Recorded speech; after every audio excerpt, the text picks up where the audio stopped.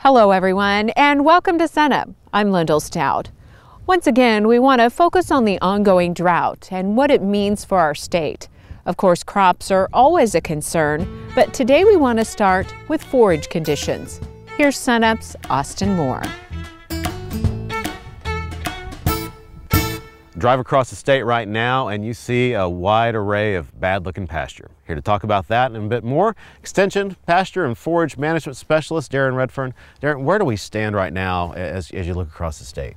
You know, I think if we go back to the late winter of 2010, spring of 2011, I think the conditions, at least to me, look very similar to that point in time. And if you kind of think that was really where a lot of this drought conditions had started back that fall. Right now, you know, with the exceptions of some small areas of Oklahoma, a lot of the subsoil moisture is absent or it's pretty low, and that doesn't really bode well for a lot of forage production to occur this summer. All right, so let's talk about individuals. You go out in your pasture, you're taking a look at it. What are the things you need to be keeping an eye on to really see how your plant community is standing? Yeah, that's a very good question. I think as we look at some drought management and maybe try to think of a plan or come up with a plan other than just throw our hands up, one of the things that's very critical is looking at maintaining these perennial pasture plants.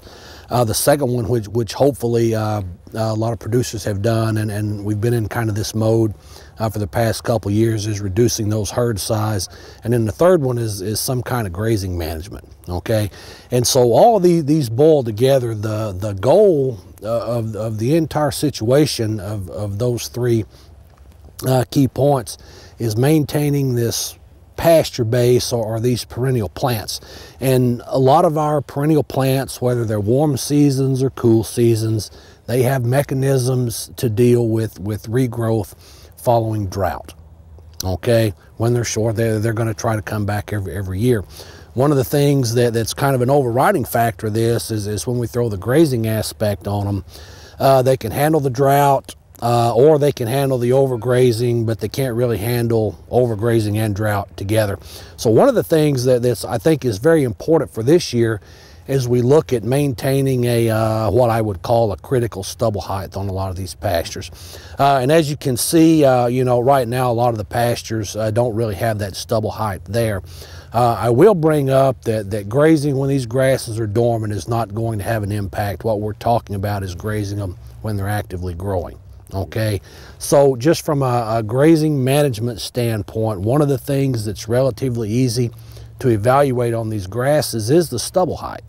Okay, and so maintaining a critical stubble height, say on a lot of our introduced grasses, Bermuda grass, old world blue stem, those type of forages, somewhere around 3 to 4 inches would be ideal. Okay. If they happen to go down to 2 inches, that's probably not going to be that big an issue. Once they get below that is where we run into problems. Some of the natives, because they grow a little bit differently, the critical stubble height has got to be a little bit greater on those. Okay. Can you give us a few just simple tips quickly on how to maintain that height if you've still got it? Well, yeah, one of the easiest ways to do that is kind of where our herd reduction or reducing stocking rate and grazing management is going to come in, okay? To increase that critical stubble height, that's going to mean that the grasses are going to be able, or going to need to be able to have some kind of period of growth, okay? And so what we can do, the problem we ran into last year was they had begun spring green up so early. Forage was so lacking that a lot of those pastures last year were grazed well in advance of when they should be, and they never had a chance to accumulate that critical stubble height. So delaying grazing until they reach 4 to 5 to 6 inches would be ideal for beginning to maintain that critical stubble height. All right, good information as always, Daren Redfearn. And Daren will join us again next week to talk more about grazing management.